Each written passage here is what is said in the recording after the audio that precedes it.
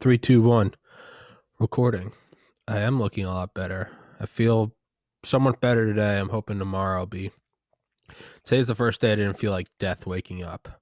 So I'm gonna I'm gonna try to not take NyQuil tonight and hopefully be better tomorrow. But that's not interesting, and that's not why anyone's listening to this fucking podcast. Is health updates.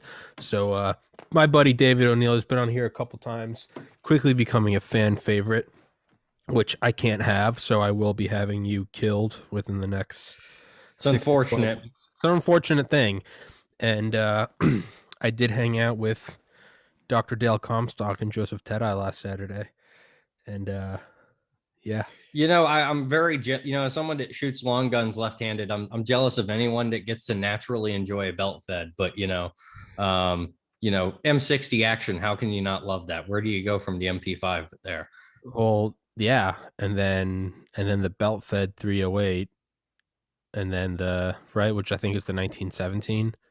And then we topped it off with the Big Daddy, the Mod Deuce with some tracing. Oh, I'm sure that was a lot of fun. I'm still waiting to get the video of that, but there's a Uh, video of Dale screaming "Die commies" as he puts some 50 cal rounds through an oak tree. God bless that man for everything he's doing there. But God, I would hate to see the bill for the ammo with the current prices right now for 50 cal tracers. We shot I shit you not. We shot nonstop from 10:02 to about a quarter after 7. So we shot for 9 hours. We took about 30 minutes off in the middle and 8. We shot for That 9 hours. That's the good stuff, man. I'll never forget my 16th birthday. I had a pizza delivered directly to the range, Yeah, and yeah. those are great days when you There's keep shooting until your semi-autos turn into manual actions because they're that dirty. That's when you've been doing a good Well, shoot. we couldn't see anymore. It was getting dark. We had the sheriff there. We had a guy from the SWAT team. So if anybody called the cops, it'd be like, no, it's cool. They're already here. And That they're shooting with us. helps. Sheriff sitting there firing off his, hip shooting an MP40. And So yeah, so this is actually perfect for what I wanted to talk about, like shooting M60s and stuff. Because I was going to talk to you today. Are you familiar with the movie Wolf Warrior? I am not.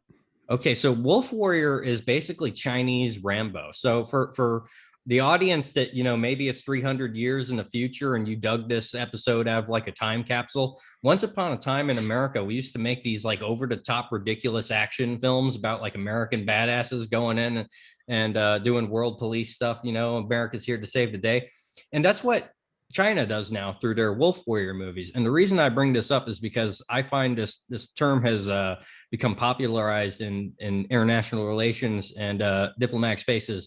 Wolf Warrior diplomacy is what they're naming it after their movies.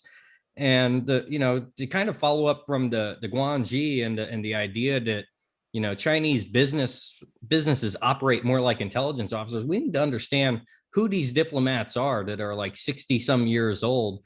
And the truth of the matter is they're Red Guards. They are the Red Guards that were sent to the hills. If you've taken a course in Chinese history, the way you're typically taught about it is Mao Zedong, or as they like to call him, old B-52, because he liked to hover way above everyone else and let people fight out below him.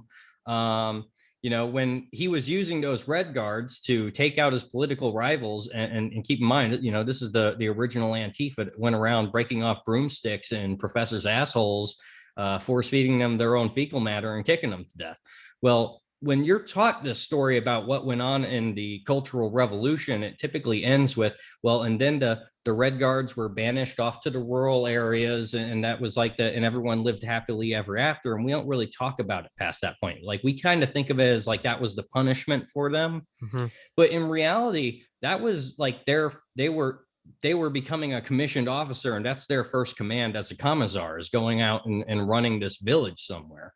And all these years later, these diplomats, that we see sitting across the table from Anthony Blinken and saying stuff like, America doesn't have the qualification to speak to us from a position of strength. Well, while we have all these, academics that have probably never won a bar fight in their life that we consider our foreign policy elite, we have to remember that a lot of these guys that are calling the shots and running things there and are fully supporting this kind of left wing Red Terror Brigade stuff around the world.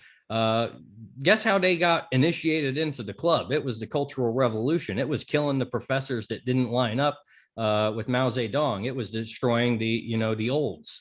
And that's kind of what we're dealing with now, is because, obviously, we're used to our idea of the boomers is like this, they got burnout at, Woodstock kind of, they don't really have a position. They're just kind of go along to get along. On the other side, their idea of the boomer is a very motivated force that, lied, cheated, killed to get where they are now. And they are very serious about what they're doing. So their boomers are our greatest generation. Yes, exactly. Just fucking killers. That is exactly what it is, because they understood from the ground up that they were behind, and that's how they drafted, what eventually became the policy that we call unrestricted warfare now. They really are that version of the greatest generation, because they understood, hey, we're behind the game. Here's how we're going to get ahead of the game. And now you see all these videos that come out of like Chinese professors saying, yeah, we were behind. They were full on bragging. Yeah, we stole everything we could. We encouraged them to come in. We stole all their plans, and this is how we're getting there.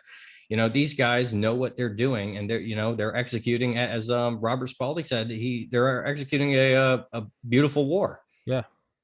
Yeah, they're executing a beautiful stealth war. And it's yeah, and then I don't think it's doomer to respect your enemy and to acknowledge that like they might be the more like well organized lethal force. I'd like to think in my, not that I'm biased, Yeah. I'd like to think that we've got our own unrestricted warfare. We just don't talk about it. Like it's like the one thing I learned from reading Annie Jacobson's Operation Paperclip. It's not just about we always, we talk about the Nazi rocket scientists that come back, but her book goes into all the chemical scientists, the biological scientists, all the shit they're doing, human experimentation, and then Unit 731 of Japan by Shiro Ishii. I mean, that was the head Japanese guy. I don't know. The book is by a guy named Hal Gold, who unfortunately passed away several years ago. But we brought back the point I learned from these two books. If you can't tell, I'm still a little sick. I'm not popping at 100%. You're getting there. You have to. I'm getting my powers back. I'm Superman. They're pulling the kryptonite out of me, and I'm slowly. But what I learned from those books are, if you're going to do heinous shit, make sure that you do the most heinous shit and make sure you're the best at it, because you'll get taken to one of the top nations. Everyone just below you will get hung at show trials like Nuremberg. But exactly, if you're the best, if you're the most murderous of them, if you hang the 5 slowest Jews at your rocket factory in Nordhausen, they'll bring you to America and you'll head up the moonshot program like Werner von Braun. Anyone less than that, you're going to be hung at Nuremberg. So, or with Unit 731, if you were the worst of the worst, they used to call the captives Marudos, which meant log. They called them logs with serial numbers, just that dehumanization. We brought back the top ones to the United States because we were like, we might need their biological research when fighting the Soviets in the coming century. The point of me saying all of that is, it's not that people stopped being Nazis or stopped being Unit 731 operators. They just learned to shut up. We do all the same shit. We're just quiet about it. We don't march around with our Nazi propaganda. We keep it quiet. We're just the next evolution. We're the Fourth Reich. You can call it what you want, but I mean, we have global dominance, but we call it like American power projection. Now, we don't call it the 1,000-year Reich. We call it a new American century. We're very good at it. I say that whole rant to say this.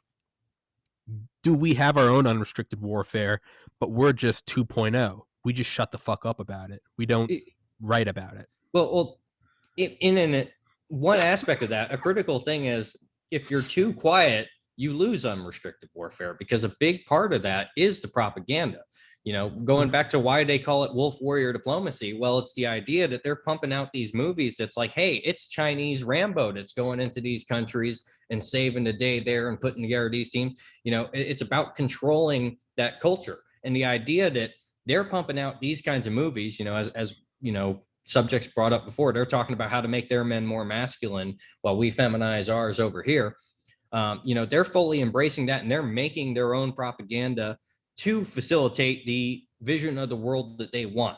And when you look at our entertainment sector, that you go back to Rambo 3, hyping up why we should be giving weapons to the Mujahideen in Afghanistan, stuff like that. If we were effective, we would be bringing back the Rambos and the good stuff, and we would be making the America fuck yeah material. And maybe we tone it down, maybe we change it a little bit, make it a little bit more subtle. But at the end of the day, we should be engaging and dominating that culture space. We should be recognizing that culture as a part of the battle space that we should be dominating. And by the fact that we're allowing the Chinese to just run that whole operation, you could bring in the most elite, whatever classified, dude, unlimited budget guy to my face to say, yeah, we got an unrestricted warfare program. And I'm going to say, that's nice. It's not working. Yeah. Because I can very clearly see it's not working. Yeah. Now, devil's advocate, could you say that? So, like, we know that for like, and again, you have to excuse me. I know I'm going at like 75% speed. Oh, it's fine. I'm getting the gunk out of my brain. We know that the Pentagon has a liaison office in Hollywood, specifically or most notably for the Transformers movies. And the CIA has a Hollywood desk the same way they have a desk in the Vatican. So we know that they do, and just the most, I would imagine the most notable example are the Transformers, I guess, series, right? The franchise, where they get either they get a huge discount, or it's like a tax write, or maybe it's just they get to use it for free. They don't have to rent it. I don't know what it is. But if the Pentagon gets to review their script and make alterations to how American soldiers, or whatever soldiers they are, and you watch Transformers, I mean, you really watch it, you get high as fucking watch it, and you'll see the American propaganda from the music, bum bum bum dun dun, and just like the Predators and the Abrams tanks and the AC-130. It's all about specific weaponry. It's all about weapon systems. But if the Pentagon reviews it, then they get a huge discount. So I say that to say, do we still have our fingers in there? But what do we see more now, right? We see the Avengers, right? There's still Captain America. We see, think about Iron Man. There's a lot of controversy surrounding Captain America right now. They're trying to turn him into a twink. Yeah, well, fuck that. What about... What about? I'm not making that up. You can follow. No, I Eric believe July. you. I believe you. Eric July, who's making his own comic, he covers this stuff great. I'm not big into the comic space, but he's one of the guys that I listen to. And that, the war is being fought and lost right there, right now. Captain America is being turned into a soy boy. Well, maybe so. Iron Man 3. It's all about the robots. It's the huge drones, and they have the Navy variant, the Marine variant, the Air Force variant, and the Army variant. And it's all about using these without humans inside so that we don't have casualties, and it's all for protecting freedom around the world.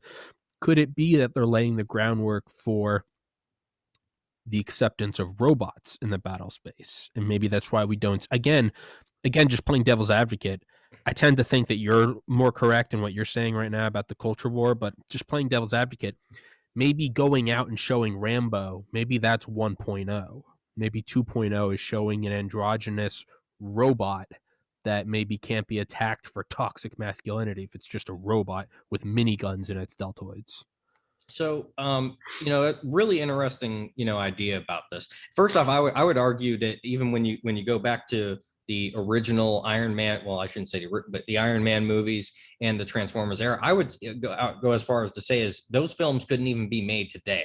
As not that they're very old, but I don't even think that they could be making. Megan Fox just looking like just a dime piece, but she has to be rescued by the men. Yeah, like that's already been scrubbed because it was too much. There was too much pro-American propaganda in there, and that was the huge problem. Now going back to the 40K nerd lore, in 40K there's a there's an enemy species called the Tau, and they're basically unrestricted warfare of that universe. They understand that they can't compete with humanity directly, and they focus very heavily on drones. And there's kind of a thing where they make the drones more personable, so you identify with them, and they make them kind of cute and everything. And that's the idea, is to make, if you're going to try to normalize bringing robots into the sphere, you're going to try to make them cute. You're going to, yeah, the little puppy from Boston Dynamics. I was watching, I think it was Defense Distributed, had a really, I think it was just, a Glock or some standard 9mm, and they had it on a quadcopter drone, and it would shoot and kind of fall back with the recoil, but then it would reset itself and shoot again. So we're already going there. There's no going back from the fact that we're already normalizing robots in warfare and in that kind of space. But when it comes back to the actual propaganda fact, the fact that you wouldn't even be able to make those movies today is what tells me, whoever's getting paid to run the CIA desk should probably be court-martialed, shot, sent back in time to the Russian front, because that's where they belong. It's, I mean, maybe so. Maybe the move is to make everything so PC that it can't be ignored, though. And I'm just playing devil's advocate to you today. I agree with everything you're saying. Hey, that's a skill, man. Being a Naismith, that's a very important skill.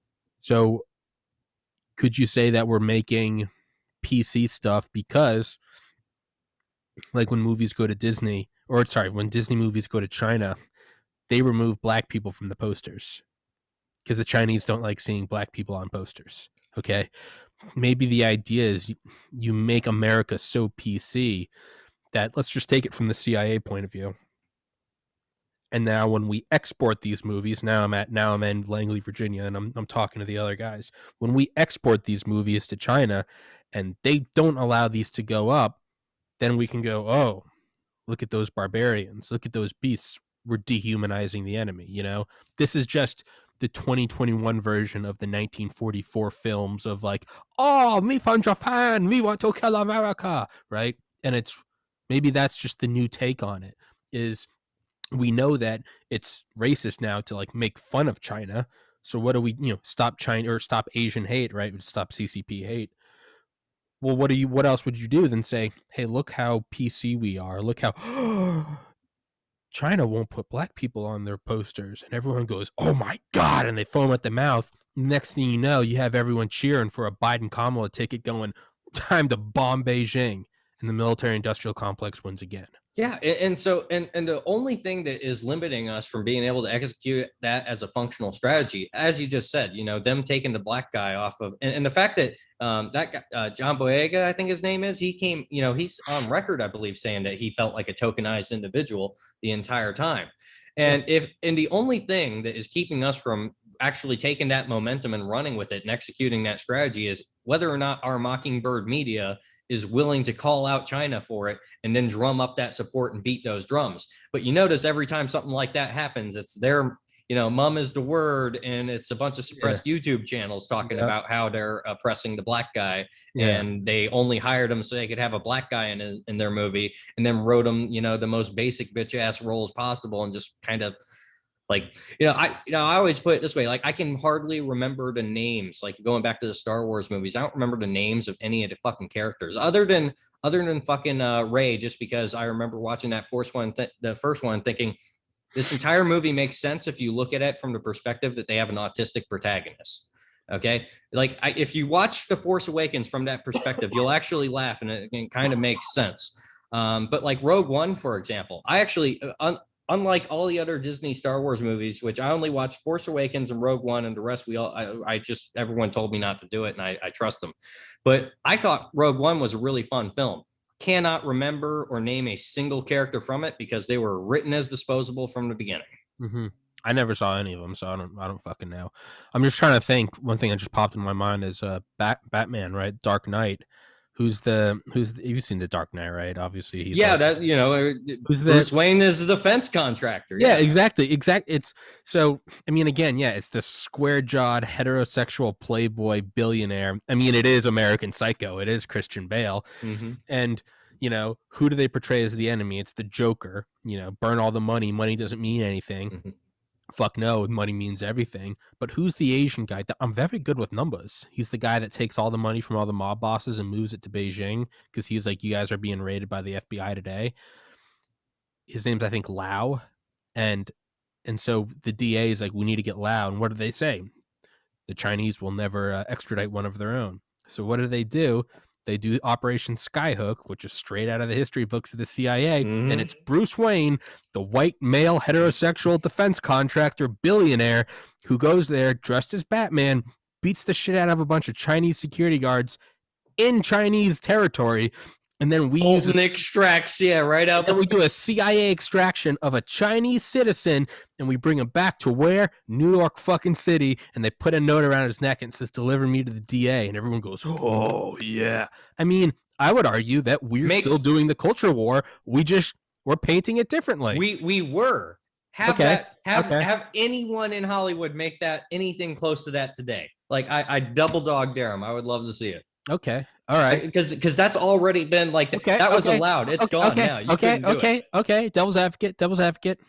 I am the DA now. I'm the devil's advocate, right? It's what did we do with Endgame, Marvel, right? The last movie. It ended in the worst possible way. It was Deus Ex Machina. It's just Captain Marvel, this Karen-haired bitch that just flies out of orbit at light speed, goes through Thanos' ship, right? Kills it, and that's the end of the movie, right? And I love Marvel movies, but I just can't wait for that bit to be clipped out in 5 or 6 years, and that's why I'm canceled. Karen-haired bitch. Whatever, I'll own it. I hope I'm rich by then. I hope to see that clip on the evening news. But what does she do? And everyone complains about that. They're like, what the fuck? So what is that doing? That's putting a woman at the forefront, right? Well, what could you argue that is for? Is it changing the elevation, if you will, of cultural acceptance? What can we do now? Saudi Arabia, they're barely letting women drive without a male chaperone. Is the whole thing the Ancient One, right? He's the guy in Endgame, and he's the guy who's friends with Doctor Strange. He's the Asian. He's the Ancient One, but he's the Asian one, and he's this old. He's a million years old, and he's the wise one, and whatever. They don't allow that scene in China because that guy's from Tibet. So maybe the whole purpose is we make this shit so PC that we then export it. And just like the same way the left took Greta Thunberg, this autistic white girl with pigtails straight out of Nazi propaganda, and they go climate change, and then if you attack climate change, they go, how dare you attack this girl? Are we just doing that to Saudi Arabia and China? We're putting these Tibetan figures, these women figures, and we're going, they're glorious, and they go, we don't want that. We can go, oh, look at them, they are, ooh, they're savages. Maybe they need some freedom. So I wouldn't say we're trying to do that with Saudi Arabia at all. As a matter of fact, I would argue most of what Booz Allen Hamilton does and other contractors like Booz Allen Hamilton that go into these countries and basically teach them how to set up an NSA for their country is they're doing game theory and psychological studies to figure out exactly how much tyranny can we get away with. I mean, and that's true. That's the marker is how much can we get away with, and then we just back it off a little bit from there. And that's the model. It's always go straight to the maximum amount of control that you're command and control that you're allowed to have. Yeah, you're not going to back away from that. As for China, going back to like the 80s and what we're trying to do with the Soviets versus now is I say fuck trying to get your shit so PC that you can slip it in there. I say make your shit so goddamn over the top ridiculous that people are going out of their way to the black market to get the bootleg copies. Okay, we want the Russian kids going in and getting the bootleg Metallica albums and shit like that. That's the kind of stuff we want to be making so that they can go in and get the whole culture and because also when you're creating that demand for something that is going to be banned anyway, and is going to be in a black market anyway. Well, that's your gray zone. That's your space to be figuring out who's sympathetic to you, who you can recruit. Like that's the box you want to be working out of. Yeah. I don't want to be working out of who bought tickets to watch Captain Marvel. Yeah. I want that guy that's willing to risk life and limb to get Master of Puppets. Yeah, to go use Napster on some. Anything like that. Yeah. Okay, I see what you're saying. Yeah, I mean, For me, when I take the devil's advocate stance, my logic is I don't think I'm the smartest person in the world, let alone America. And I imagine that short of, there's just a bunch of traitors in the government and the American empire is in a controlled demolition, which I tend to agree with, is I think like just be humble. Is it that it's failing or is it that I don't understand it? So if someone goes to Einstein and says your theory's fucking retarded, do they at some point have to look in the mirror and go, maybe I'm not the smartest physicist in the world. Maybe I'm around some genius. Maybe I'm not. I don't know. Don't let them take you for a ride. But when I look at everything going along, I tend to think that, do I have it figured out? And is there just a bunch of CCP sympathizers in the government? Or do I maybe not have all the pieces? Or have I maybe not put the puzzle in the right order? And again, I'm playing devil's advocate. I tend to agree with everything you're saying. But I also, if we're both closed-minded and we're both agreeing with each other, then we're doing nothing than jerking each other I off. know And we got to be. in which Yeah, case, this episode should be on Pornhub, not YouTube. exactly. And why do we war game things? Well, if you're, Exactly. if you're not training force on force, if you're not training adversarial situations, you're not training. Yeah, And exactly. so we have to be challenging each other. We have to be looking at, things from the enemy perspective. And one of the reasons that I do fall on the side that, we tend to be on is because not only, do I disagree with their strategy, but if I was in their position trying to do what they appear to be trying to do, they shoot themselves in the foot every 5 seconds. A big problem with what they're doing is that these guys, I want to say they've gone drunk to the point where they've forgotten the history. I know we've beat this horse to death saying, progress for the sake of progress. And at a certain point, we just get so many academics that, get they checked all the right boxes, they got their piece of paper, and now they're saying, well, listen, we're the experts, fuck your history. We know what's best now. And the big problem with that is we look at what's happening in the escalation in Ukraine right now. John Mearsheimer came out and said what was going on in Ukraine. They need this warm water port. They have 2 other ports to the north that they can only use so many months out of the year. And not only that, but they have a resurgent Ottoman Turkey to the south of them. So, and it's not just, it's not like they want Crimea so that they can somehow, bring the Russian Navy out through the Strait of Gibraltar and then go and pass the Wick Gap and then go battle us in the Atlantic. No, they have great powers right on their doorstep that they have to worry about in their backyard. And if you think that some academic from Brookings or whatever is going to say, but don't worry, we're going to give Ukraine a bunch of money, some Javelin missiles to deal with the tanks and whatever. We'll fly them into some farm with a bunch of sunflower fields and everything. We'll unload the Javelins. Next thing you know, Russians aren't, that's how you end up in World War III, because damn, it's not a philosophical argument. It's a objective strategic fact that we're dealing with here.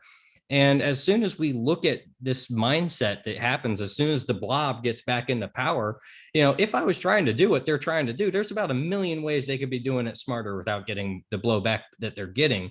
But it's hard to say that they're anything but like an alcoholic. It's like they're so drunk that they don't even realize they're fucked up anymore. Yeah. And it's embarrassing. It's incredibly embarrassing on the world stage. Yeah. Is devil's advocate, is it is it kind of like, for people that hate Trump and they're so blinded by their hatred for him, and I'm sure some of them just exited out of the tab and they aren't watching this episode anymore.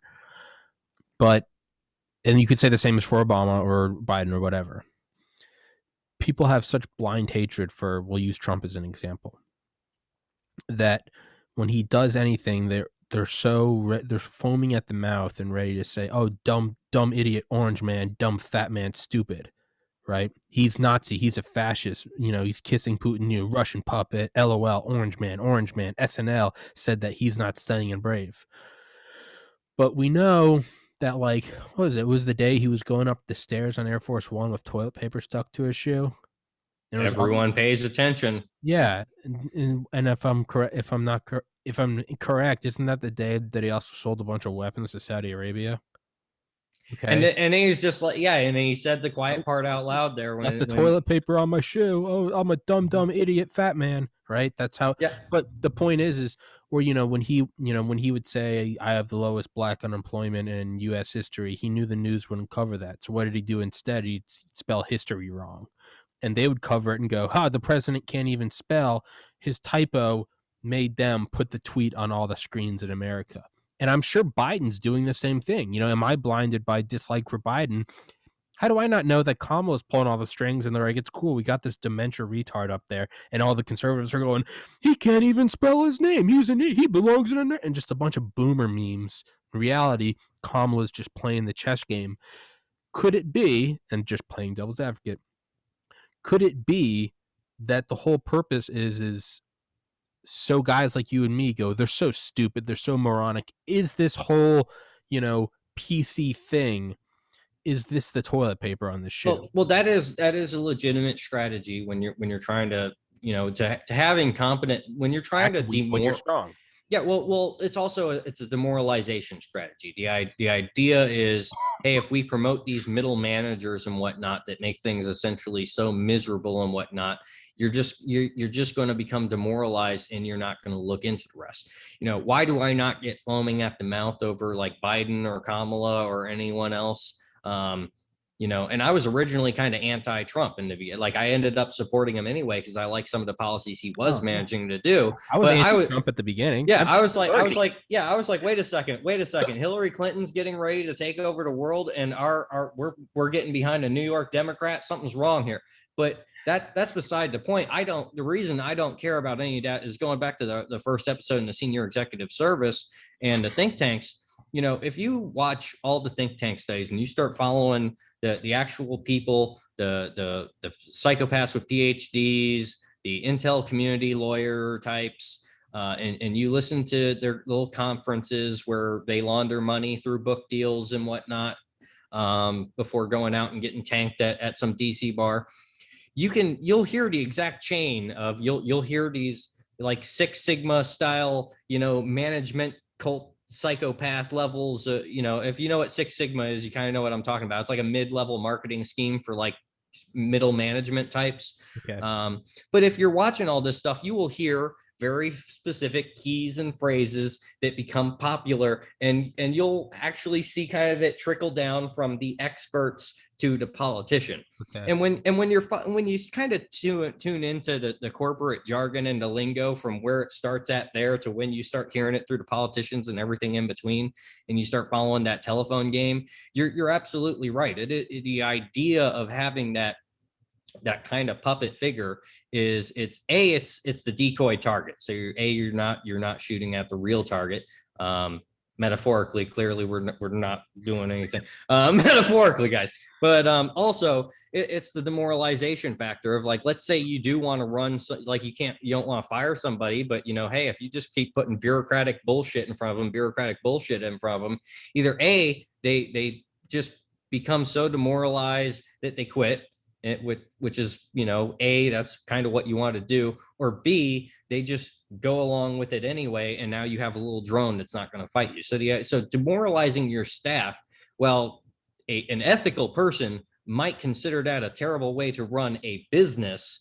When you are running something much larger than a business that is getting revenue regardless of how well they perform, this is something that you're going to use it when you have, think about how unfireable a federal employee is and what you might have to do if you're trying to get rid of them. You're going to make their lives miserable in every way you can, every other kind of way, right? So that's where you have to think about demoralization as something that a manager actually wants to do to someone. It's not necessarily, all, roses and sunshines. There are times where you're going to want to demoralize. You're going to want to do that to certain individuals on your staff. And that's kind of the dark side of power politics. Do you think so? At the end of Annie Jacobson's book, First Platoon, which is actually pretty good, I didn't like it at first, but it's all about like a history of biometrics. She goes into kind of the end, and they're talking about how like the Pentagon's already been fucking with for like the last 5 years. That's at least declassified, which means how like they can pick up fingerprints from a distance now. They don't need the press. They can just like from CCTVs, they can pick up like the ridges and loops.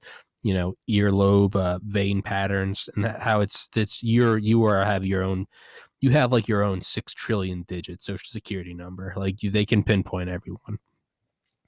And there's this thing, and it was led by the Department of Health and Human Services and then transferred over to the DoD. This is like the last 5 minutes of the book. They talk about this thing. It was called like hyper augmented soldiers. It's basically like Delta, CIA, SID super soldiers, right? Telling you, 40K, man, Yeah. Space Marines. Yeah. But listen, so it talked about something that they would have though are these boxes, these little boxes like the size of an iPhone on their kit. And I swear to God, this is directly from her book. And she's quoting the Pentagon or DARPA, whoever, can project a hologram. So what they can do is if they can get if they can get a microgram of your tissue, has your DNA in it, they can now reconstruct you pretty much indistinguishable, enough to pass the uncanny valley. They can reconstruct, digitally. And they have these little boxes that they want to put on these hyper augmented soldiers, and they'll be able to project anyone in front of them or anywhere around them indistinguishable from reality. The point being, on the middle of the battlefield, what happens if you project like Xi Jinping or something? Is it enough to just make them pause and be like, what the fuck? Is it enough what if you project their kids in front of them? Or what if you project other fellow Chinese soldiers in front of them that aren't there? Yeah. Or you project it on yourself. But they could also do it airborne, which means that it's like Blue Beam 2.0, to the point where I think she described it as in real time, in real life, biologically accurate deep fake. Mm-hmm. So you could have, but not even that. Let's say you use Intel. Let's say there's the Russian Spetsnaz or something. Or let's just say China's doing it to us. What happens if all of a sudden on the battlefield, they can project from space or from a Predator drone, they project a Comstock talking to the other Delta guys, and he goes, I have a bad feeling about this. I'm calling this off. And they go, okay, it's time to call off. Meanwhile, the real Comstock is 40 feet away taking a piss. But there is that tactical ability to where you can now start putting faux soldiers in places, or, you could project yourself shot in the head dead. Well, for the record, that's always been there. That's just, what happened during World War II, putting fake tank armies in the desert, right? Yeah, inflatable tanks and stuff. So, it's not nothing new, just the technology's new. But yeah, we're going to go level. Of course we're going to, that level is going to end up happening. And it is a really important thing to be thinking about, because that's exactly the way you would be using it. Very personalized ways that you could disrupt planning that way. Or, and this is what I've always said, is in terms of like how to do the most influence in the world. Like, I want to push the legalization of psychedelics and therapeutic use of them. And the analogy I always use for it is actually, it's pretty fucked up. But I always said, if you were on a 747 and you had a gun with one bullet, what would you do to do the most damage? You shoot one person, okay. Maybe you line people up, you hit two, okay. Maybe you take out a window and you kill a whole cabin section from hypoxia, okay. But what would you really do? You'd slip into the cockpit and put one in the pilot's head, maybe choke out the other pilot, and now you can take down 700 people, right? Wave to the NSA, but that's what you could do. So how do you put the most influence on one spot? Now, so how would you do the most? Maybe you wouldn't go and project fake soldiers. Maybe you would do a fake Tim Cook, or a fake Sergey Brin, or Larry Page, or Jack Dorsey, or Mark Zuckerberg. Maybe you go and make false projections of them. And this isn't fucking conspiracy stuff. This is from what the Pentagon wants to do. And I'm just extrapolating it and saying, how about instead of doing a fake Dale Comstock, you do a fake Donald Trump or a fake Joseph Biden? How do we not know Biden's dead and Kamala's running the show with a hologram project? And I know I probably just lost about 10% of my subscribers, but using the classified technology, or fuck it. Yeah. Trump died 5 years ago. Well, Bannon ran the show with a fake Trump. That's what I'm saying, is how do you not know that it's that? Let's not forget that, first off, body doubles have always been a thing when you're talking about higher level targets and that kind of stuff. And then when you not to not to go down the Hollywood route so much, but when we look back at the old Mission Impossible movies with the mask Yeah, and yeah, whatnot, yeah. listen, makeup artists have come a long way when it comes to disguises and whatnot. So like and voice changing technology and stuff like that. It's not quite the little strip that you put there, but we're getting there. And so the idea is these kinds of things have already been around. These are things that are already being thought about. But yes, the idea that if we could just digitally project that, imagine if you could digitally project what looks like rioters, coming to start some problems somewhere, or something even more subtle. You have an activist or a martyr individual that's riling up some, and creating the disturbance right there, or Not even even even real. or you go to the next level. You could make a projection of a cop kneeling on some dude's neck for 8 minutes, and whoo, Yeah, yeah, and you don't even need to make a deep fake video. You make a real life projection. So when video analysts try to debunk all the videos from different angles on iPhones, they go, "This is a real video. The video hasn't been tampered with." And it's true, the video hasn't. It's the real life projection. Or maybe you make a guy sprint across the White House lawn, and that's how you push in a new bill for, beefed up White House security. yeah. I don't know. I don't know. It's so back to the makeup and the body doubles. The point of this biometric holographic projection is we won't be able to deceive our enemies because biometrics have come such a I might get stroke come such a long way. Is that the right way?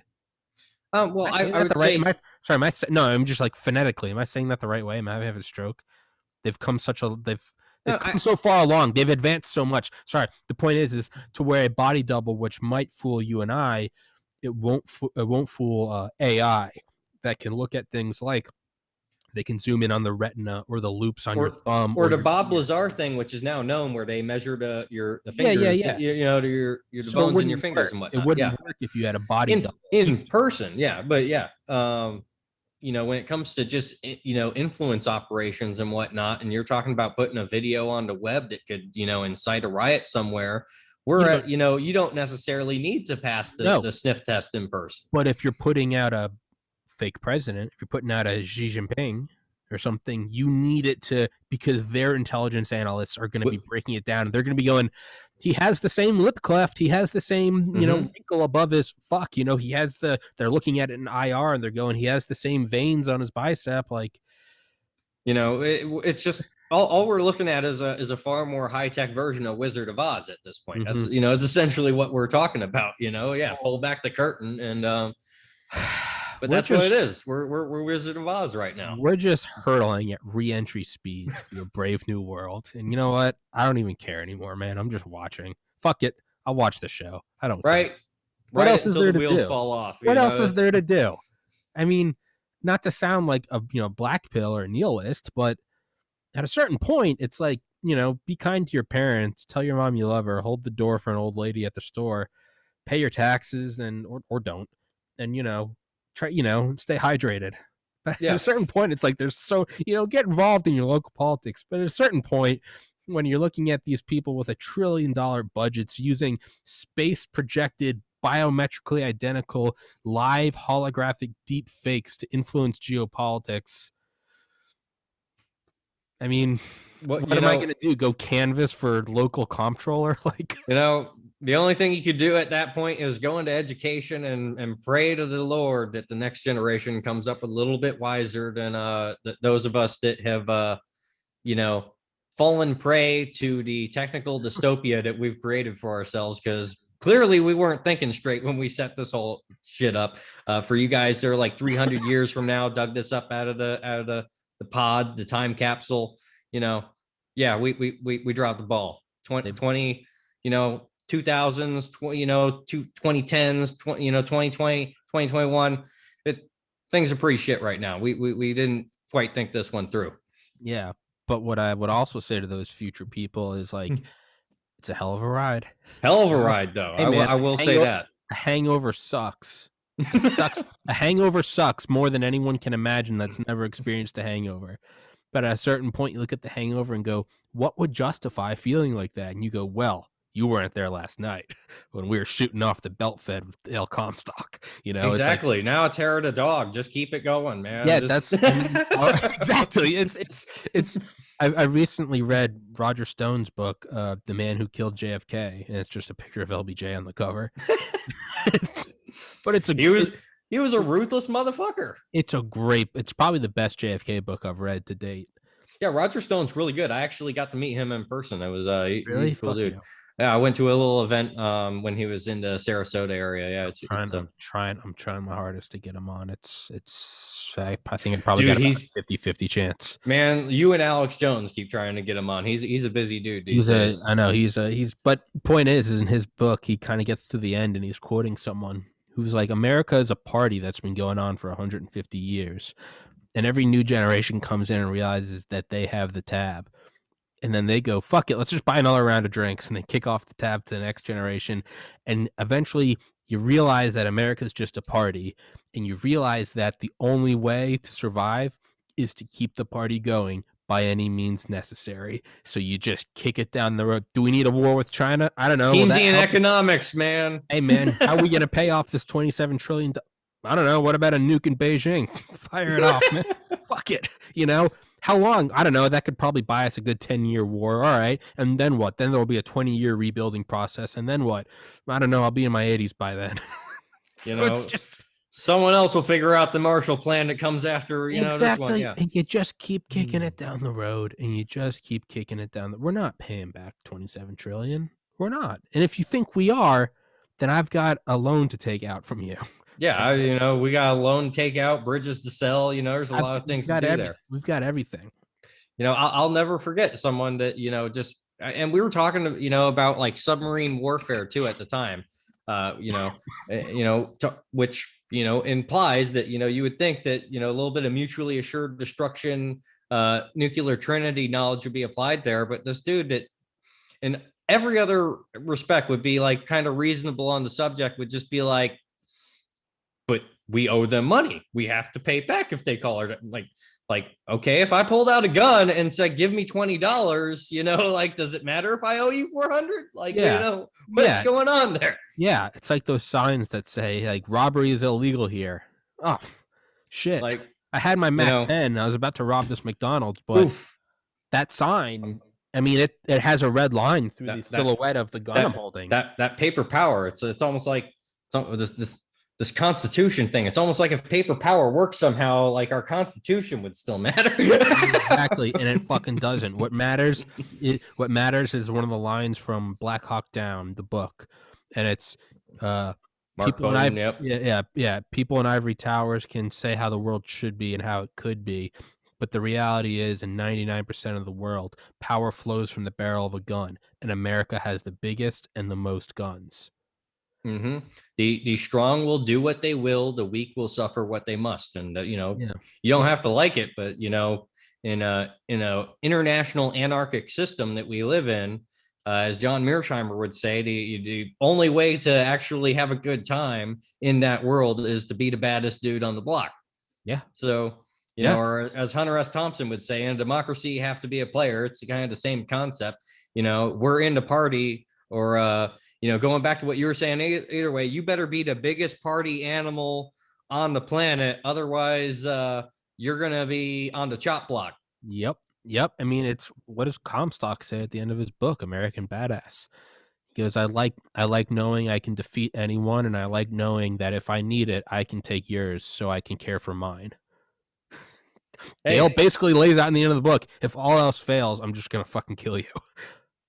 I mean, not that we want to live that way. Obviously, sure. We don't know. And everyone I've ever met that comes from that kind of world that is a badass motherfucker, I will say this: they've all been some of the politest people on the planet, but they're realists. They understand exactly, how power works. Yeah. And when you look at our foreign policy establishment and the academics, I can't say that for them. Yeah. Though you know what, Dale's a doctor now. He's got his PhD. Yeah. So you know what, we maybe the boys are winning. Maybe there is a chance for academia. maybe I think I might have a worlds only. I before we went to my friend's house and shot some guns, I went and they were at McDonald's. It was at like 8 a.m, and I went and met them there. And Dale held out his hand and said, "Tom, it's nice to finally meet you." and I just gave him a bear hug instead because I was giddy excited. I don't know if anyone's ever hugged Dale Comstock in a McDonald's, but I have that. Hey, And I hugged his wife and I hugged you Joe. hugged him in the American embassy. You're right. I hugged the American badass in a In the McDonald's, American, in the, in a fucking McDonald's that was wrapped around with cars because everyone was too fat and lazy to get out. you I'm know, an American. what? How else can you meet an American badass at You're right. McDonald's? How else do you That's meet? like you How picked that else do perfect. you? I don't know if you planned that, but No, I you didn't. made But it you know perfect. what? We were getting dollar menu breakfast for we got enough. We got 18,000 calories for like $3. I hugged Comstock in front of someone being paid minimum wage to serve me hamburgers. That was an eagle flying couldn't have topped that. It was. But let's get to it. How long does Biden have?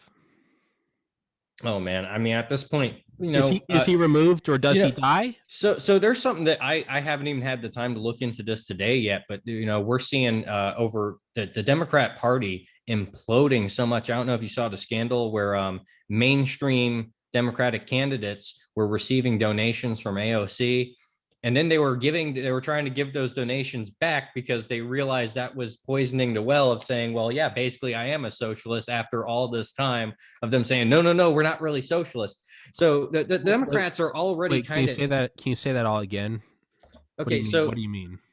very recently, a scandal kind of broke out that AOC was basically donating money to her fellow Democrats and whatnot, and these were Okay. the mainstream, the liberals. Okay, like these are the ones that are very. They take a lot of pride and a lot of effort to make sure that they don't sound like a socialist, Okay. even though they're kind of socialist. But they realize that if the paper trail comes from AOC and that they're getting direct support from the socialists, Okay. it's the Okay. quiet part out loud. It blows the Okay. trade craft out of the water, which is why I love AOC so much. Even though I disagree with her on almost every policy position, she's like the greatest gift that I've ever been given in my life. But we're already seeing the Democrats basically blow up on each other. We see a lot of power politics and angling for what's going to happen after that. We've seen them talk about the 25th, and how it wasn't necessarily for Trump. It was really in case they have to do it to get Kamala in. And at the end of the day, I'm surprised they let it run this far. Okay, whether you like Biden, you dislike Biden, regardless, Democrat, Republican, I don't care about any of that. When you look at this man trying to run up the stairs, when you look at what's going on there, even if I do think that if he was in a sound mind, I would call him a traitor and want him hung. Right now, I see a guy that's so far out of it, it's elder abuse. And every day where whoever is around him is committing elder abuse, it's absolutely sad at that point. And I really think that the only reason they're trying to stretch it out is because so many people were basically calling it that the reason they're talking so much about the 25th is actually because they're worried about Biden. I think that they are worried that if they do it too soon, it plays into the fact that, it's essentially already a called move. Yeah. Um, It's so and that's why I think they're trying to stretch it out. okay. Realistically, they already should be. He should be in a wheelchair with a blanket in his lap or whatever, however he Yeah. wants to spend it, or sniffing girls or whatever, hopefully Sniffing of cows. age, He should be. Why can't they just use that hologram technology and just give them some girls? right? You Just know, synthesize some olfactory input I and just let them. that might be the pill that tells me that they don't have the hologram technology figured out yet. Because if they, god damn it, if they would just use that, they could skip so many of the gas. They could save everyone a lot of embarrassment. Yeah. And Why would he be also, talking at all? and most importantly of all, they could be not committing elder abuse. Yeah. That's the one thing that they could be doing. Yeah, well, power doesn't give a fuck about that, and I don't want Yeah. to point at it and say, "Oh, these liberals," because then I just sound no different than those Republicans. So let's just call it those who seek power, whether it's ancient Egypt or now. They don't give a fuck about it. If you're willing to go Mhm. bomb 10 million Yeah, no. Indo-Chinese in They Vietnam, don't. And at you this don't point, give a I fuck I about think that elder the abuse. other reason that they're keeping them in there, Hunter Biden just had his book deal come out, which if you follow Robert Barnes, and he's documented how that's a money laundering scheme and how the elite, they love to launder their money through book deals. Do you think I can get But Hunter Biden? Yeah, you know what? If you offer to, take him to the strip club with some party favors, What if I got do TPC from some strip club somewhere. Hunter Biden on and I broadcast from Beijing? Now, you might never make it back, but that would Dressed be as Winnie the Pooh. that would be pretty great. But going back to what I was Yeah, yeah, saying, yeah, yeah. a lot of what a lot of people speculate that the reason they tried so hard to put Biden as their guy for the Democratic ticket, no matter what, is because they wanted to protect Hunter and him losing his other son. A lot of people have speculated that this is basically his way of ensuring that his last son isn't going to be I completely mean, thrown under the rails. And there was the interview that came out, which anyone that saw that, it's kind of a funny interview. Anything could have happened with the laptop. We're just now seeing his book deal kind of come out, which is basically him, saying, "Well, explains the whole thing." That's going to be kind of the money launder to help set him up anyway, without the Chinese side of the money being so obvious. And I think that that's really the only reason he's still kept in power right now, is just because they're still trying to they're trying to clean that mess out a little bit. They're going to wait until that dies back down, and then they'll probably swap him out for Kamala. wouldn't it? Yeah, I mean, you do kind of have to draw it out a little bit, right? Because I mean, I remember it was the day we moved to Georgia rather quickly in 2001 for my dad's job, so we had an apartment, and then they found a home, so we moved there in like July, and we got like a home and moved in there in September. I was 11. It was so we moved into our house on 9/11. And I remember like going home, like I vividly like I mean I was 11, but I remember like the movers moving shit around, and I remember my mom listening to the radio. And this was all after everything happened. Towers already down, and I remember hearing on the radio later that night that it was in the afternoon because I remember at night I watched The Simpsons for the first time. But in the afternoon, I remember on the radio it was like it was like Neil Borch or Rush Limbaugh or someone, and they're like they've identified the guy as Osama bin Laden.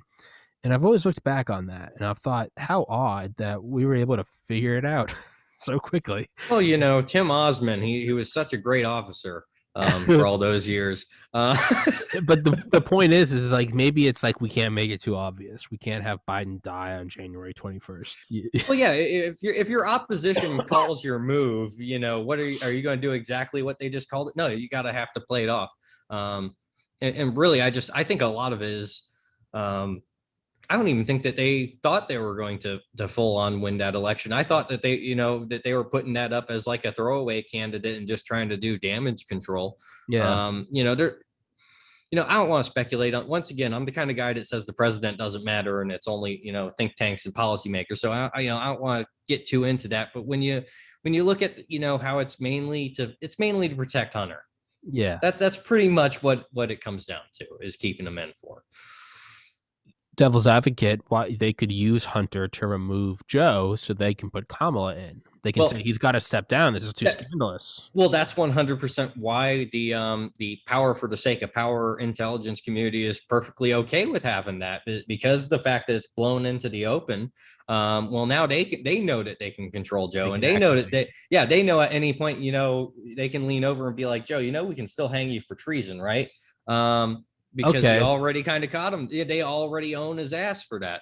And so they're perfectly okay with kind of playing that rollout. It goes back to, I remember someone telling me a story about going through the security clearance process. And it was some ranger that had cheated on his wife or whatever, but it didn't matter because the wife and kids already knew. Okay. So, hey, you can't be blackmailed if they already know. Right. Well, in their way of running it, if they already have a crime that they can charge you, well, hell, be damned if the public knows, because not like doesn't matter, right? Rules for thee, not for me. Yeah. That kind of stuff, they already operate by that. But the fact that they can have a pending charge over your head and choose not to do it, that's the perfect person to have in office. That's very true. You have not only does he have Damocles' sword hanging over him, but you're the one with the scissors right there. Like, go ahead, go off script, go off script. Do it, bitch. Do it. Okay. So you think Kamala's chopping at the bit? Do you think she's like, put me in? I, Maybe they don't have their blackmail on I, her. I doubt I, you get to the office of the vice president I without think having. I think Willie Brown has all the blackmail material you need on Kamala, and The I don't think activation. of her as the brain or mastermind of any policy or grand strategy. I think she's of the I think the reason she is there is because they realized that they could put the blob could put any policy they want in front of her, and she's going to execute it. Well, yeah. Well, she's black and has a vagina, so it's stunning and Yeah, brave. I mean, look at her record as a DA. Listen, it's very clear that she doesn't care about justice. She's a Hey man, company. Hey, she's a more company power to lawyer. her. More Yeah, power to her. I respect a ruthless psychopath. yeah. I maybe don't agree with it, but I respect it. She wasn't a justice prosecutor. Okay, she was a company lawyer that was making sure that the prison industrial complex has enough workers. I mean, hey, again, man, I respect it. I respect it. And if Kamala contacted me and said, I'm coming on your podcast and I want a warm welcome, I would sit here and kiss her ass because I respect power. I don't Yeah, agree with it, but I respect it. well, that's one of the things of when Hillary Clinton was running. You'd see a lot of not necessarily the SJWs so much, but even I kind of joked at the time when like what was the we have a reality TV star, New York Democrat versus Hillary Clinton, and even the Democrats and people like myself were going, well, at least we know Hillary Clinton knows how to kill people. Yeah. At the end of the Yeah. day, at least we Yeah. know she can do it. Yeah, man, I think it's what Rogan said. This was like early Yeah, 20. that was the talking point. Like that should have been, the mask didn't come off till later, but that should have been the mask off moment, is when everyone said, well, at least we know she's a gangster. It's because at the end of the day, America watches, House of Cards, and it's like, you know what? We kind of want that Kevin Spacey motherfucker that, Hey man, hey molests man, people and kills everyone. hey man, there's some I don't want to get my channel yanked, but there's something gangster about possibly benefiting from befuddling events in early November. I think I dodged every bullet there. There's something gangster, and I remember thinking it the next day. I accidentally got high. I hit a pen that I thought was nicotine. I got high. Oh, that's fun. Yeah, I know. Didn't mean to. Hadn't been high in a while, and it was the day after the election.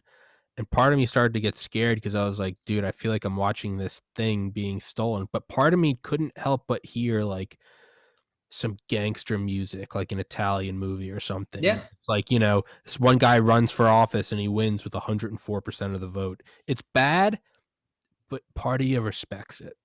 What's the difference between politics and geopolitics? Well, the G is for gangster. It's about saying, the G is saying, hey, we don't care what color, whether it's Republican or Democrat, we want the resources. The G is for gangster, and I don't give a that's the uniparty. Hey, that's man. the bipolar oligarchy right there. Hey man, and part of me respects it. I'd love to make America great again. But part of me, I think it was Rogan that said in early 2016, he was like, yeah, he's like, Trump's an asshole, but, Hillary absolutely kills people. And he goes, but there's something a little gangster about that. Yeah, it's like at the end, like, don't get me wrong. Like, if I had to have a gangster president, I'd rather have Putin, just because, not because I like him as a person, but just because I know he's incredibly competent. Because if you don't have Putin, how are you going to go against Putin? Yeah, it's like, guess what? I want someone like that on my side calling the shots. And that's my main, that's my gripe. That's my gripe with our establishment, is the fact that I would much rather have a rational realist model where we just drop the facade and say, you know what, we're going to put a guy like Putin in there and we're going to run this shit like we know what we're doing. And you know what, if that was the case, I would feel very differently about my government. I'd probably be a lot more I wouldn't say patriotic isn't the right word, because I hate my government and I still consider myself a patriot. But I would probably be a lot more sympathetic and willing to work with my government than I am now, which is if I meet someone that works for the government, the first thing I'm going to do is call them a welfare queen. And the second thing I'm going to do is I'm going to constantly ask them for $20, because I basically figure they owe me that. Yeah, it's true. Now let's play devil's advocate. Have they been doing that since Kennedy? And what they've been doing is we put on this nice mask of not having the gangster. Mm-hmm. So let's look at actions. The actions still say, let's go kill 1,000,000 people in Vietnam. Let's go destroy the Middle East. Let's go do whatever the fuck we want. And now here you and I are sitting here going, you know what? I wish we would just put a gangster in the White House. And the reality is we've been acting like gangsters for 70 years, but we're gangster 2.0. We realize that people love the gangster. What they love more is a gangster with a happy face taped onto the front. And it's working, because the fact Yeah. that you and I have to say, I wish we had one, there are people at the very top going, what do you Well, mean you wish? Well, that it goes back to what we were saying about Wolf Warrior diplomacy and how they basically have the greatest generation going on over there. And what we have is we have the children of the original gangsters that forgot that the way we built this liberal democracy, the way we built the empire of liberty, so to say, was by being fucking gangsters. Gangsters. Okay, it wasn't by yeah, we might pretend at some point that we're not gangsters, but when you look at our foreign policy establishment, that they're boozing and cruising. That's what they spend most of their time doing. It's we're going to go do the conference, we're going to do the book deal, we're going to launder some money, and then we're all going to get hammered. It's the uppities. It's the people that really don't understand that you have to be a realist. You can pretend to be not so much of a gangster, but if you actually do that to the point where people forget you're a gangster, well, guess what ends up happening? You have a problem. Now you have a power vacuum, and now you have a lot of people that don't respect authority that are going to figure out their own version of authority, and Okay. that's when you end up with serious civil unrest. So that's why it's like, listen, I'm if we're going to take the mask off, I'm all for it, but that's why it's like I would much rather have a Putin than the whole clown show thing that goes on, because it completely undermines our foreign policy to begin with. When we have a essentially a system where every 4 to 8 years, we turn into a manic depressive bipolar person and completely change, the natural world order of how things or should be, or the new world order, however you want. But I know it's conspiracy now. Once upon a time, George H, the original Bush, September 11th, 1991.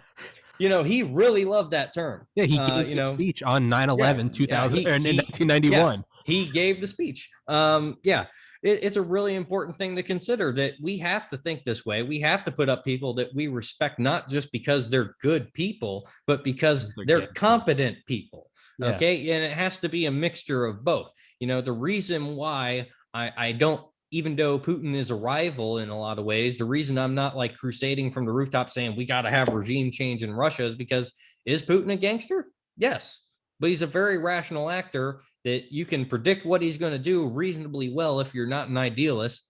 And for the most part, if you're not seriously fucking around, he's not going to bother you. Okay. Mm-hmm. He's not just going to whack you for no reason. If he's going to whack you, it's because you were on the inside. You made a deal on the inside and you went on the outside.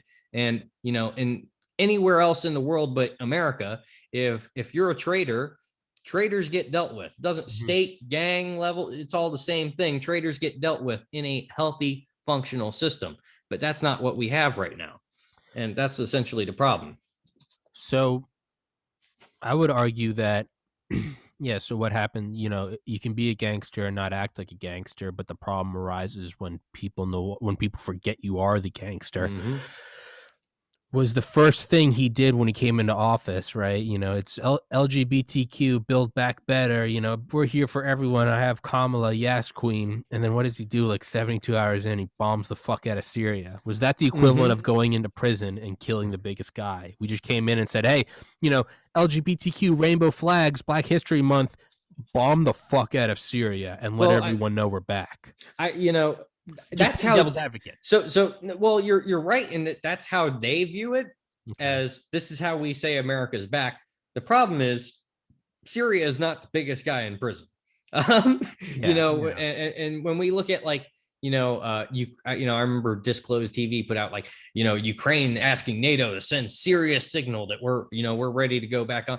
Like, we see all the same policies line up. We see all the same miscalculations and just the insanity and incompetence of that foreign policy coming right back into play. And, like if they wanted to take a shot at the biggest dude on the block, well, guess what? The biggest dude on the block is China. And there's a lot of talk about saber rattling. Oh, we'll put a carrier group over there. Listen, if we go hot with China, a carrier group's going to the bottom of the ocean. Yeah. Okay, I Yeah. don't believe that. Before You know, I sundown. you Yeah. know I you know I as you know I don't want to talk too much shit about naval force projection, but I feel like in a serious conflict, in a state actor on state actor conflict today, the carrier is the battleship. Okay, it's 100%. Anything that you have that says, here I am, I'm a military target, well, guess what, there are very smart weapons that are, and there's a lot of them that can make that a big problem. This is why I say that the future of warfare, no matter how you want to cut it up, is going to be dominated by the non-state actor, whether that's a religious extremist group, whether it's a private military company that actually has some kind of operational security because they don't necessarily go through the OPM. Whether it's a drug cartel, these are the only groups that are going to be able to operate effectively just because they're decentralized. You can't find their carrier group out in the ocean somewhere. You can't, necessarily just bomb their headquarters. Mm-hmm. And that's really the as we're going into this kind of space now where essentially everything's becoming the gray zone. As we're seeing psychological warfare expand, as we're seeing just nonstop propaganda, Smith modernization, all that kind of stuff going on. It's about creating that kind of network, because what is a government? A government is people. Okay. And that's why it's like, you can talk about regime change all you want. You can have the biggest, baddest Air Force in the world that can completely bulldoze Iraq over. And you could, say that the, Iraqi military is dismantled overnight. But what do you have to do after that? You have to rebuild the Iraqi military. Yeah. And if we study how that went out, there was a lot of people that said right away that this isn't going to end well, and well, it hasn't really ended well. The power vacuum created there, pretty much spawned ISIS, and then next thing you know, fleets of Toyota Hiluxes are going out.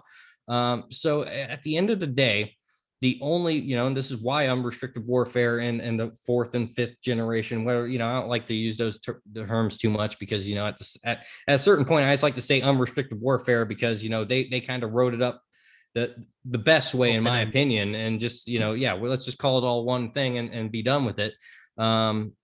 Because no matter what, it's about changing the people. It is about socially engineering those people and getting them to fight for you. And the days of where you're going to get them to necessarily sign up to, look at attrition rates of, militaries around the world. Look at the pipelines of militaries and whatnot around the world. And then you look at what they're doing to our military right now, driving a lot of the good folk out. I hate to say it, but if you're in the military right now, you're probably the farthest from where the fight actually matters right now, because the entire purpose of unrestricted warfare is, how can we keep the killers of the world on a safari fucking around with goat herders and not fucking with the people that are actually running the policy of grand strategy. That's the goal. That how do I avoid getting shot in the face? Well, let's send the people that shoot people in the face somewhere where, like, I don't have to worry about that shit. Or you use holographic deepfake projections. And well, that's where we get into like Blue Beam 2.0. And I'm sure at some point it'll, World of Worlds will end up just straight up happening. We'll end up seeing that kind of scenario. And in the third world, it'll be incredibly effective. Actually, you'll cause all kinds of panic. Yeah, It'll be very fun. Sure. I shouldn't say just in the third world. Hell, like I said before, if you do that one time, just with the level of that level of hatred towards police, if you can even fake a police scenario like that, congratulations, you could have a freaking a metropolitan city burned down. So it's a very scary thing to think about, as deep fakes develop, whether it's a hologram or even if it is say a deep fake video. You could have 11 experts say, guess what? This is debunked. We can see the pixels, this, that, and the other, whatever the hell you want to say it's debunked. But guess what? If Mockingbird Media doesn't cover that, and it's just a bunch of conspiracy theorists on the internet saying that, well, the rest of the mainstream media is saying, yeah, no, that cop. There's a bunch of conspiracy theorists that say Chauvin was a hologram, and none of this happened. Doesn't even matter if you cover that up in the first place, because you'll still get the low information individuals going out and burning something down. So it's just it's a very terrifying prospect to think about how that's going to be used in unrestricted warfare as we see it now. But yeah, Blue Beam 2.0. Well, my brain's melted. I'm still kind of feeling like shit. So let's wrap this one up, David. But I think we need a schedule for next week, and we need to get into the next step of where this goes. A mixture of Blue Beam. When are we going to see mass robotics deployed? When does Boston Dynamics come? When does it move from a viral YouTube video to when are they doing patrol outside the Pentagon and the White House? When do they walk alongside the motorcade? That's what I want to get into. No, and the thing is, that already exists so high up in the sky that we can't see it. But yeah, it's coming to the ground. Well, yeah, okay, I should have specified ground based, not but it's coming to the ground, and we're going to see that soon. And I'm looking forward to that, because we did say eventually this is just going to turn straight into the higher side chats level of off the rails. And that is my intention. You and I we are on our 100-year marathon, just like the CCP, except we're going to replace Greg Carlwood as the higher side chats. I mean, I won't feel bad when we replace Joe, but I will feel a little bit bad when we replace Greg. He's always been a great guy in that space. Love him, but we're coming for him. We're coming for you, Greg. The higher side chats have been good. But Tommy's merch is better than yours. Hey, man. It's right here, baby. I'm excited for when mine shows up, man. It better fucking show up soon, or I'm gonna have to pull a deep fake and get the fuck out of here. Right? Yeah, it might have to happen. My postmaster might have forgot that I lived here. It happens sometimes. Motherfucker. Well, I'm sorry for wrapping this one up at an hour. I still kind of feel like shit. No, man. Hydrate, change your socks, recover. We'll do this next week. Fuck yeah, man. David O'Neill, thank you so much. And you heard it here first. The real-time deepfake Blue Beam holograms are coming for you all if they're not already here. Man, I wish I was good at video editing, because what I would do is, as I was saying that, I would have my image glitch. Do that, and then have the Terminator theme just kind of come in on the background there. And remember, anti-material capabilities. Mike Adam has a semi-auto 338 Lapua based on a DP-28 gun for a reason, and it's because he knows the robots are coming. The robots are fucking coming. Yeah, I'm gonna give you homework. And like a total douchebag, I'm gonna make you watch the rant I did yesterday about kind of what I think is coming. And that's already on my list. But yeah, next week we will give me all the homework you want. I'm excited to be going down the Blue Beam rabbit hole. Let's do it. Fuck yeah, David, I love you, brother. Thanks for coming on here. And I feel like shit, so I'm gonna go poop. All right, have fun with that. I will. Buddy. Let me know on the Bristol School scale how it comes out.